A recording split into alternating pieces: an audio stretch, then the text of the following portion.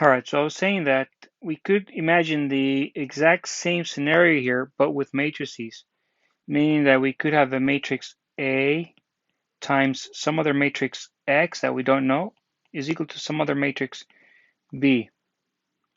Amazingly, the exact same steps that we did here on the left-hand side would also work on the right-hand side. So one way to solve matrix equations would be to take your B here, take your A here, and slap a A inverse on both sides, A inverse, assuming such a beast exists.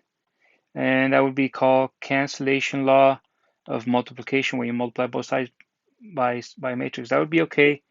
Associativity is still okay, so I can go on and take these parentheses and just move them this way so that I can associate these two things, giving us something like this: A inverse times A times X, and moving the parentheses this way. And that would be associative law of multiplication. That still works in matrices. Of course, these give you the identity matrix, and that gives you A inverse times B. These are multiplicative inverses.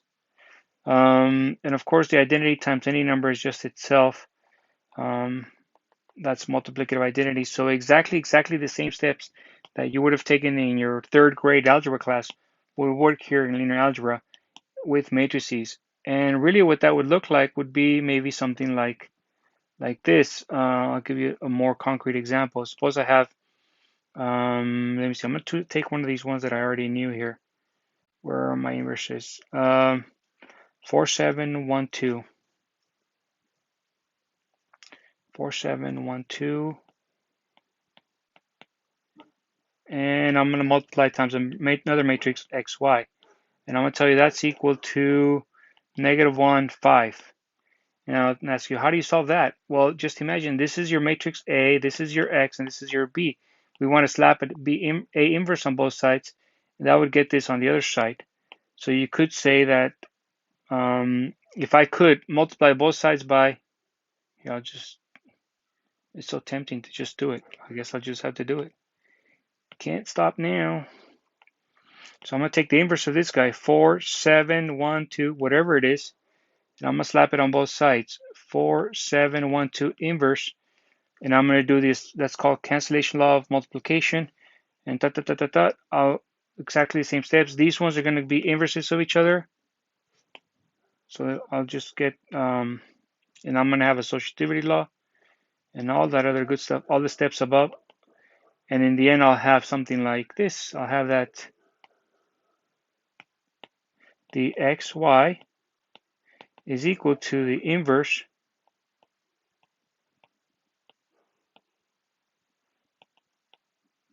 of that times that.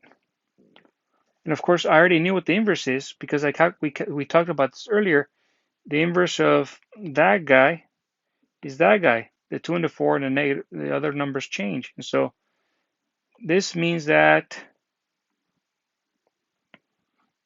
I'll continue here, that xy is equal to 2, 7, -7, -1 times -1, 5. So xy is equal to, now I'm going to multiply that many, that times that, and that times that. That's going to give me -2 and a -5, 1 and a 35. And there you go. I finished the equation. So all these steps that you did in basic algebra could also work in matrices. Amazingly, if you did the left-hand side of this, if you did that before you go into all this fancy stuff, it would actually look like this. It would look like 4x plus 7y, and it would look like 1x plus 2y. That's what happens when I multiply that times that and that times that. And that's equal to -1 and 5. So this actually is a system of equations.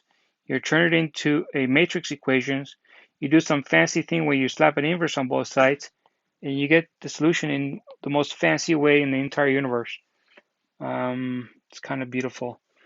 This would be called solving systems of equations using matrices and inverse matrices. Okay, so that's just a little taste of it. Again, the point of this slide is you could solve any kind of equation you had this for plus, especially it will work the same way as for the matrix version of that would be the same as that as the algebra version of it. What you did in algebra in third grade. Okay, so yeah, this explains what I just did. This tells you that, of course, again, this tells you that this matrix 2x plus 5y, x plus 2y, this matrix is equal to this matrix 5 and negative 2, because the only way they can be equal if piecewise they're equal. That has to be equal to that, and that has to be equal to that. But of course, the left side, this one can be broken up into the product of two matrices. This is 2, 5, 1, 2 times xy, and that's equal to 5, well, negative 2. And so using this fancy language, you could slap an inverse on both sides. It's beautiful. Okay. All right. I think that'll do it for now. It gives you a tiny, tiny little taste into matrices, their properties, the fact that they're not commutative, and how they can be used to solve equations. All right. We'll see you guys next time.